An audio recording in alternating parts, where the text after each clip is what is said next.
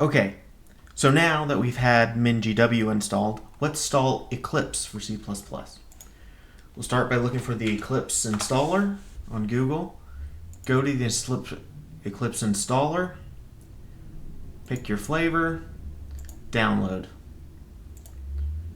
When we attempt to run, we're going to get a pop-up that's a warning that essentially says we don't have Java, so let's download the OpenJDK.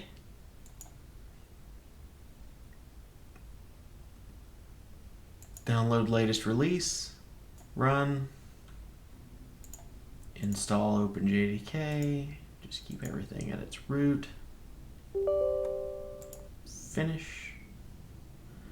We should be able to back out of this, go to our downloads, and try to run Eclipse yet again. This time, since we have the appropriate JDK, the Eclipse installer will come up. We'll pick we want the Eclipse IDE for C, C++ developers. It already located our Java VM. We'll let it download to users Eclipse CPP. I like to back those off just so it's Eclipse CPP. I don't want a desktop shortcut. Install, accept, and let it install.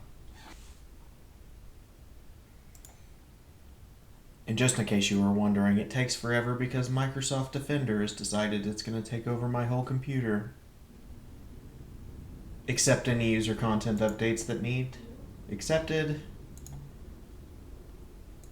Accept some terms and conditions, and allow it to finish. Once it's finished, we will launch the Eclipse IDE.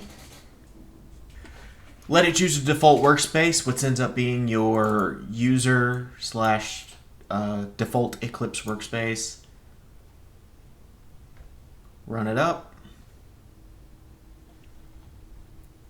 From opening of Eclipse IDE, let's go to File, New C project, C managed build, next. Call it Test. Hello World ANSI C project that populates some basic stuff for us. Make sure to click MinGW, that is the thing we installed last video.